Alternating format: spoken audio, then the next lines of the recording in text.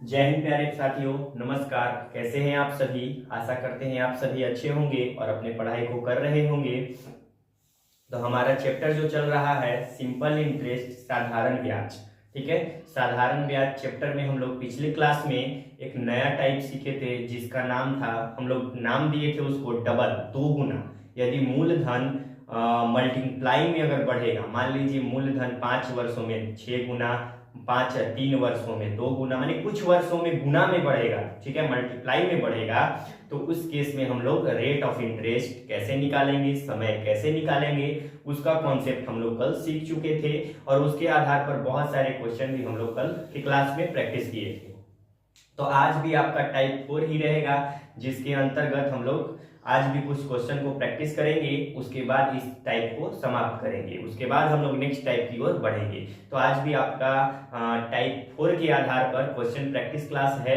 तो आप लोग कॉपी पेन निकाल लीजिए और मेरे साथ साथ प्रैक्टिस करते रहिए। क्वेश्चन को आप लोग जितना ज्यादा प्रैक्टिस कीजिएगा आपका कॉन्सेप्ट उतना ही क्लियर होता जाएगा। ठीक है, और अभी तक हमारे चैनल को सब्सक्राइब नहीं किए, हमारे चैनल पर नए हैं तो प्लीज चैनल को सब्सक्राइब कर लीजिए और बेल आइकन प्रेस कर लीजिए ताकि वीडियो का कोई भी नोटिफिकेशन आप तक सबसे पहले पहुंचे। तो चलिए अपने टॉपिक की ओर हम लोग चलते हैं आगे और देखते हैं क्वेश्चन कैसा है। ठीक है, तो आपका जो चैप्टर चल रहा है साधारण ब्याज, साधारण ब्याज, सिंपल इंटरेस्ट, सिंपल इंटरेस्ट। ठीक है, सिंपल इंटरेस्ट के अंतर्गत हम लोग टाइप 4 में पहुंच चुके हैं, टाइप 4 में हम लोग पहुंच चुके हैं। अब इसका कॉन्सेप्ट हम लोग कल सीख चुके थे। ठीक है, इसका कॉन्सेप्ट तो जो हम लोग कल सीख चुके थे, आज हम लोग सिर्फ इसके आधार पर जितने सारे एग्जाम में पूछे गए क्वेश्चन है, ठीक है, जो या इस टाइप पर जो भी क्वेश्चन क्रिएट होता है उसको हम लोग आज सॉल्व करने का, एज ए प्रैक्टिस करने का काम करेंगे टाइप 4 को। उसके बाद हम लोग आगे नेक्स्ट टाइप में बढ़ेंगे। तो चलिए हम लोग क्वेश्चन की ओर आगे बढ़ते हैं। क्वेश्चंस क्वेश्चंस देख लेते हैं क्या कह रहा है हमारा। कह रहा है कि एक राशि पर प्राप्त किया गया साधारण ब्याज, एक राशि जो है उस पर प्राप्त किया गया साधारण ब्याज राशि का 25/36 है, तो वर्षों की संख्या ब्याज की वार्षिक दर के बराबर है। वर्षों की जो संख्या है ब्याज की वार्षिक दर के बराबर है, तो ब्याज की वार्षिक दर ज्ञात करें। ठीक है, ब्याज की वार्षिक दर ज्ञात करें। जो एक राशि है उस पर प्राप्त किया गया ब्याज, प्राप्त किया गया साधारण ब्याज राशि का 25/36 है। तो राशि अपने आप में कितना होता है, राशि मीन्स मूलधन, तो मूलधन अपने आप में कितना होता है, 100% होता है। कितना होता है, 100%। यहां देख लीजिए, यहां लिख देते हैं एक राशि पर यहाँ क्वेश्चन थोड़ा सा आपको लिख देते हैं ताकि आपको समझ में आए। एक राशि पर प्राप्त किया गया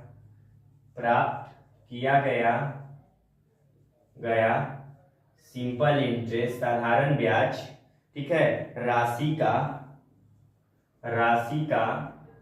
25/36 है, राशि का 25/36 है। ठीक है, राशि का 25/36 है, तो आपको बताना है कि राशि का 25/36, तो वर्षों की संख्या ब्याज के वार्षिक दर के बराबर है। जो वर्षों की संख्या टी है, ठीक है, वो ब्याज आर पर, जो आर रेट होता है आपका, उसके बराबर है। तो आपको बताना है कि ब्याज की वार्षिक दर क्या है, ब्याज की वार्षिक दर क्या है, वार्षिक दर आपको निकालना है, यानी rate of interest, annual rate of interest आपको ज्ञात करना है। तो देखिए यहां पे पहले हम लोग परसेंट ब्याज में अगर देखेंगे, परसेंट ब्याज अगर देखेंगे तो जो है 25/36 गुना है उस राशि का, कौन सी राशि का, 100 का। ठीक है, यानी 100% का, मूलधन अपने आप में 100% होता है। तो यहाँ हो जाएगा 2500 से 100 में गुना करेंगे तो 2500 और बटा में 36, ये आपका परसेंट ब्याज हो गया। तो आपको बताना है कि ब्याज की वार्षिक दर, आपको rate of annual rate of percent निकालना है। तो देख लीजिए, पहले हम यहाँ परसेंट ब्याज करेंगे, तो परसेंट ब्याज क्या हो जाएगा आपका आर गुना में टी, ठीक है। आर परसेंट गुना टी बराबर कितना दिया हुआ है 2500 और बटा में 36%, ये आपका दिया हुआ है, ठीक है। अब यहाँ जो कह रहा है कि वर्षों की संख्या वार्षिक ब्याज की दर के बराबर है, यानी टी बराबर आर है, तो यहाँ हम आर के टी के जगह आर भी लिख सकते हैं, यानी 2500 बटे में 36 हो जाएगा परसेंट। यहाँ देखिए आर से आर में मल्टीप्लाई करेंगे, ये आपका आर स्क्वायर हो जाएगा, यानी 2500 बटे में 36 हो जाएगा, यानी आर का मान क्या हो जाएगा रूट अंडर 2500 बटे में 36। इसको अगर रूट से बाहर निकालेंगे तो यहाँ हो जाएगा 25 का 5 और ये 2 जीरो है तो 1 जीरो, ठीक है। 36 का 6, यानी 50 बटा 6%। इसको अगर तोड़ेंगे तो 6 अट्ठे 48, 6 अट्ठे 48, ठीक है, सही 2/6%, ये आपका ब्याज की दर हो जाएगा, यानी 8 सही 2/5, 8 सही 2/6, 6 48 तो 50, ये परसेंट आपका ये हो जाएगा जवाब। यानी वार्षिक ब्याज की दर क्या है 8 सही 2/6। इसको आप लोग डेसिमल में भी कर सकते हैं, यहाँ से डिवाइड करके डेसिमल में अगर करिएगा तो 6 से अगर 50 में डिवाइड करेगा 6 अट्ठे 48, 2 बचेगा, पॉइंट देके 0, 6 तिया 18, 2 ऐसे ही, यानी 8.33% आपका लगभग ये बढ़ते जाएगा, ठीक है। यानी आपका परसेंटेज में दिया हुआ था, ऐसे ही 8.3 डेसिमल में दिया हुआ था ऑप्शन में आपका, इसीलिए हम इसको डेसिमल में चेंज किया, या ये भी आपका सही है 8 से 2/6%, ये आपका रेट ऑफ इंटरेस्ट हो जाएगा, ठीक है। तो अच्छा क्वेश्चन था, एग्जाम में आया हुआ प्रश्न है, तो इसको आप लोग जल्दी से अपने कॉपी में नोट डाउन कर लीजिए, उसके बाद हम लोग आगे बढ़ते हैं।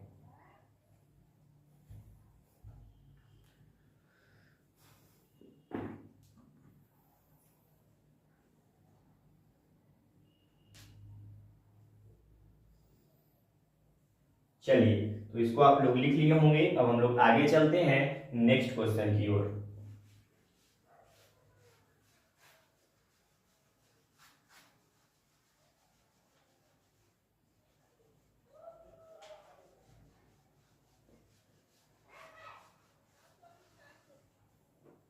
नेक्स्ट क्वेश्चन, क्वेश्चन नंबर 2 की ओर चलते हैं। 2 नंबर क्वेश्चन क्या कह रहा है उसको देख लेते हैं। कोई धनराशि साधारण ब्याज दर पर 4 वर्ष में स्वयं की 2 गुनी हो जाती है, ठीक है। यानी कोई धनराशि जो है, कोई धनराशि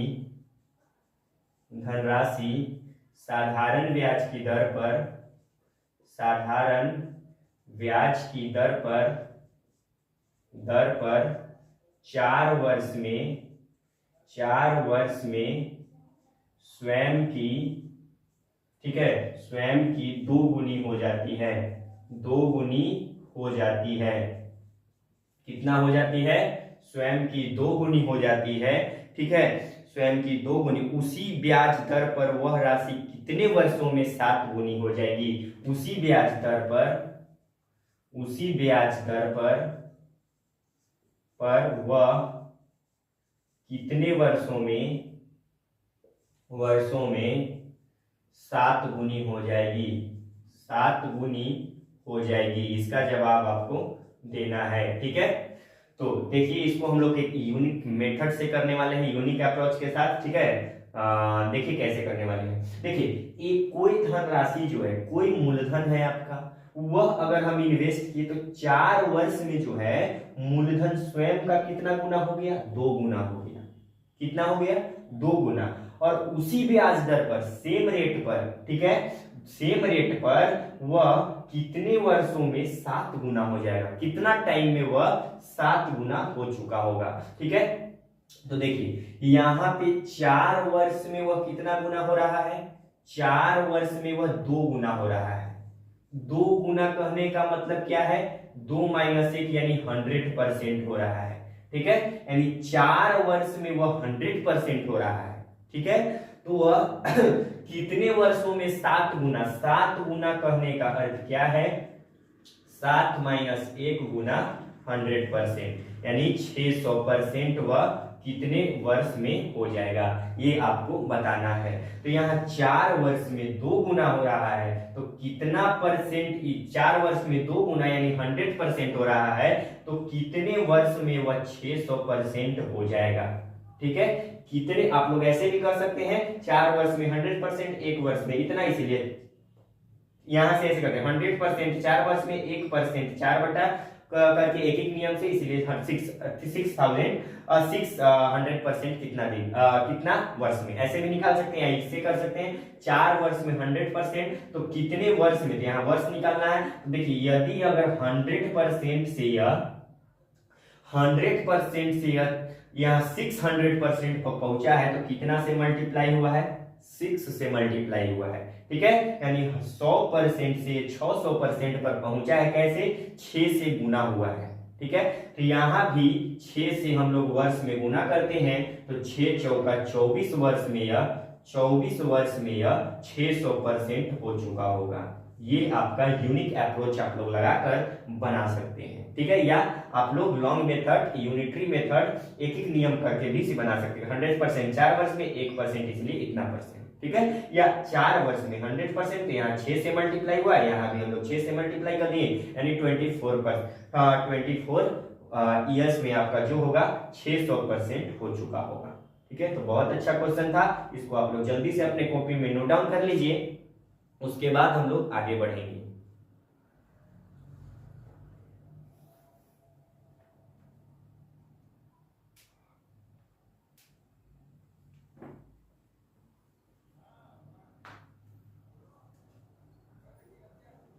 चलिए, तो इसको आप लोग लिख लिए होंगे। अब हम लोग आगे चलते हैं नेक्स्ट क्वेश्चन की ओर।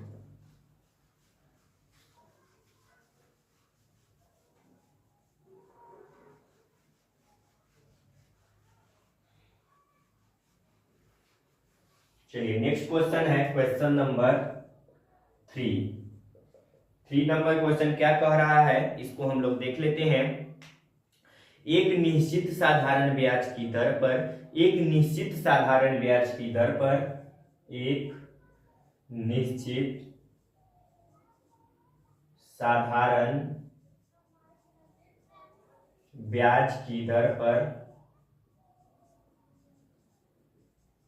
एक निश्चित साधारण ब्याज की दर पर कोई एक राशि 8 वर्षों में स्वयं का 3 गुना, 8 वर्षों में, 8 वर्षों में स्वयं का 3 गुना, स्वयं का 3 गुना हो जाती है, समान ब्याज दर पर, समान सेम रेट पर वह 5 गुना होने में कितना समय लगेगा, उसको मतलब 5 गुना होने में, 5 गुना होने में, 5 गुना होने में कितना समय लगेगा, कितना समय लगेगा, ये आपको बताना है। ठीक है, यानी एक निश्चित साधारण ब्याज दर पर, फिक्स रेट पर कोई राशि 8 वर्षों में 3 गुना होती है, तो वह 5 गुना होने में कितना समय लेगी, कितना टाइम टेक करेगी, तो ये आपको बताना है। तो देखिए, यहां से हम लोग सॉल्व करते हैं। 8 वर्षों में 3 गुना, 3 गुना मीन्स क्या होता है, 3 गुना मीन्स 3 - 1 यानी 200%, 3 गुना मीन्स 200%, 5 गुना मीन्स क्या होता है, 5 गुना मीन्स 400%। ठीक है, 5 गुना मीन्स 400%, n-1 इंटू 100%, आपको पर फॉर्मूला भी बताए थे, अभी हम डायरेक्ट लिख रहे हैं। ठीक है, आपको फॉर्मूला याद हो चुका होगा। अब देखिए, 200% वह 8 साल में हो रहा है, कितना हो रहा है, 8 वर्ष में, 8 वर्ष में 200% हो रहा है, तो कितने वर्ष में वह 400% हो जाएगा, ये आपको बताना है। तो यहां देखिए, 200 से 400 हुआ, 2 से गुना हुआ। ठीक है, यानी 200% था, 400% हो चुका है, 2 से मल्टीप्लाई हुआ है। तो यहां भी वर्ष निकालना है, तो यहां भी 2 से मल्टीप्लाई कर देते हैं, तो 8 गुना 16 वर्ष ये आपका जवाब हो जाएगा। ठीक है, यानी कोई निश्चित साधारण ब्याज दर पर 8 वर्षों में यदि कोई राशि 3 गुना होता है, तो 5 गुना होने में उसे कितना समय लगेगा, 16 वर्ष का समय लगेगा। इसको भी आप लोग जल्दी से स्क्रीनशॉट ले लीजिए या अपने कॉपी में नोट डाउन कर लीजिए, उसके बाद हम लोग आगे बढ़ेंगे।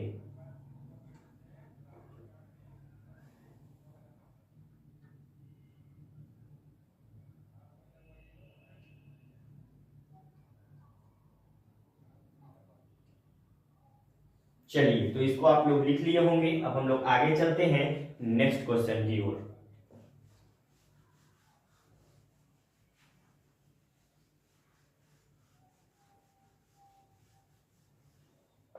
चलिए, नेक्स्ट क्वेश्चन है हमारा,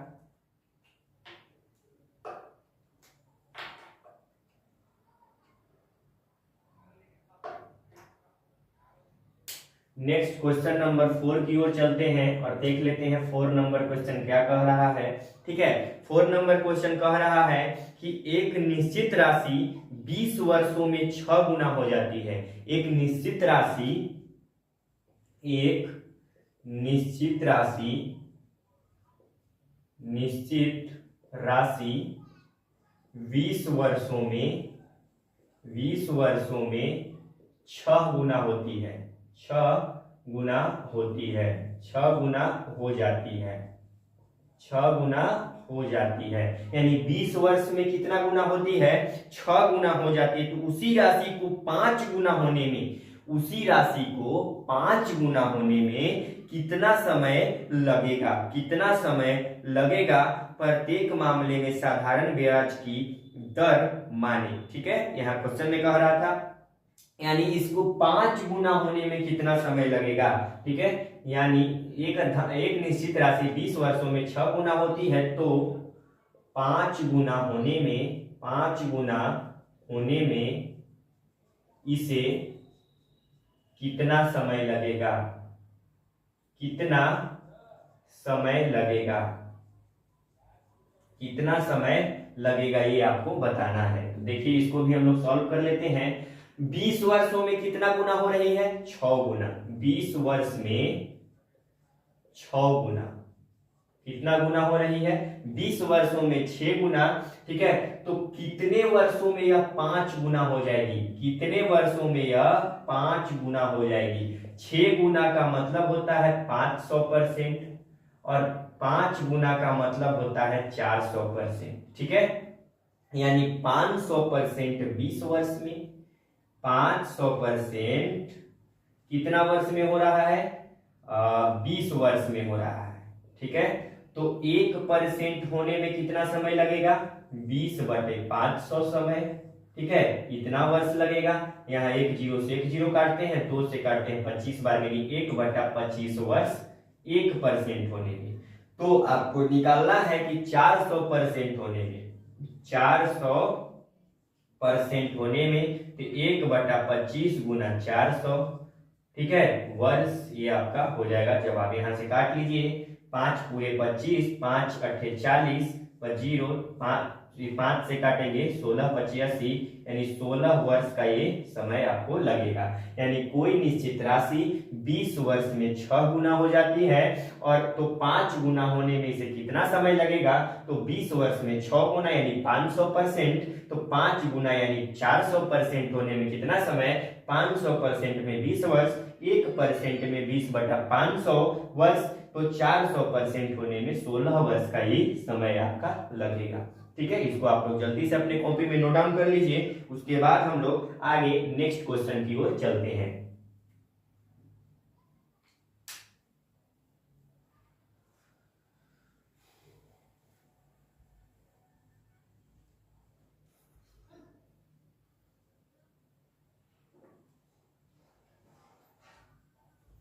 चलिए, इसको आप लोग लिख लिए। अब हम लोग आगे चलते हैं नेक्स्ट क्वेश्चन की ओर। नेक्स्ट क्वेश्चन आपका क्या कह रहा है?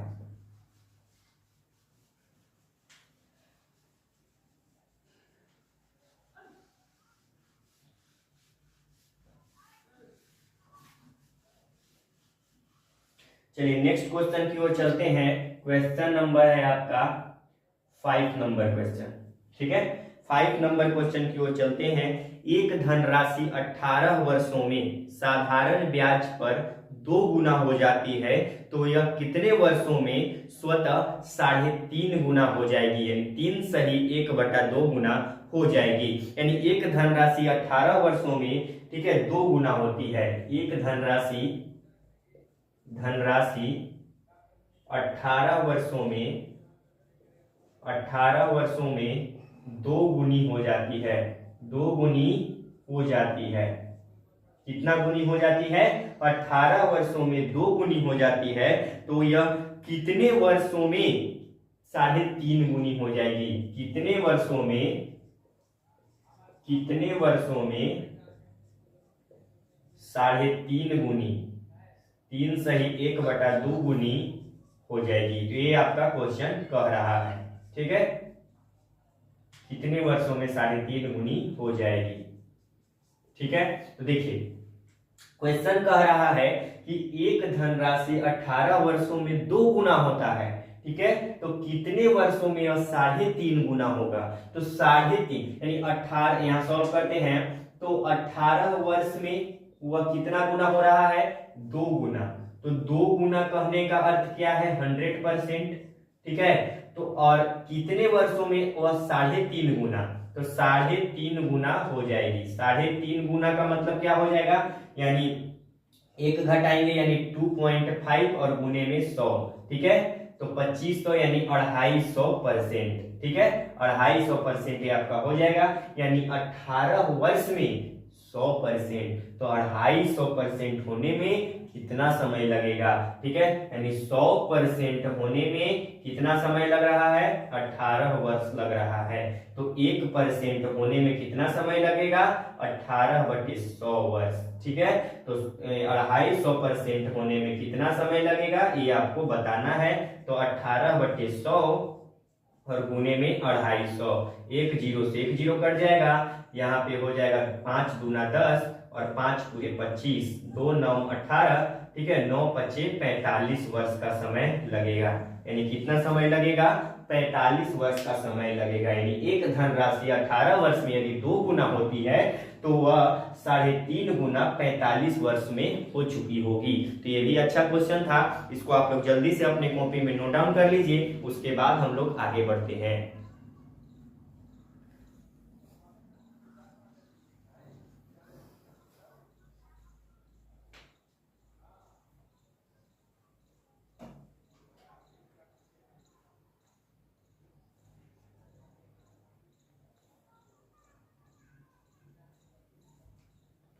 चलिए, तो इसको आप लोग लिख लिए होंगे। अब हम लोग आगे चलते हैं नेक्स्ट क्वेश्चन की ओर।